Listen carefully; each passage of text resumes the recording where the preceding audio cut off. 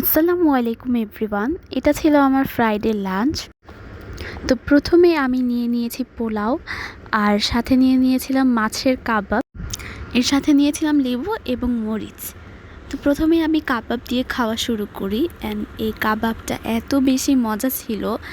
এটা আমার আম্মু বানিয়ে আমার জন্য নিয়ে এসেছিল এবং আমি এটাকে ফ্রোজেন করে রেখে দিই।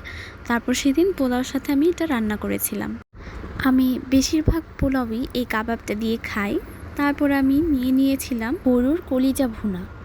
এই কলিজা ভুনাটা আমার শাশুড়ি রান্না করে আমার জন্য পাঠিয়েছিল এবং এই কলিজা ভুনাটাও অনেক বেশি মজা ছিল। আমি এটাকে লেবু এবং কাঁচামরিচ দিয়ে খুব মজা করে খেয়েছিলাম। এবং সবশেষে এখানে আমি নিয়ে নিই হচ্ছে মুরগির মাংস। এই মুরগির মাংসটা এত বেশি সফট হয়েছিল যে ধরার সাথে সাথেই ছিঁড়ে যাচ্ছিল। আর পোলাওয়ের সাথে মুরগির মাংসের কম্বো তো জাস্ট অসাধারণ। তো এই ছিল আমার ফ্রাইডে লাঞ্চ। আমি এগুলো দিয়ে আমার ফ্রাইডে লাঞ্চটা কমপ্লিট করি।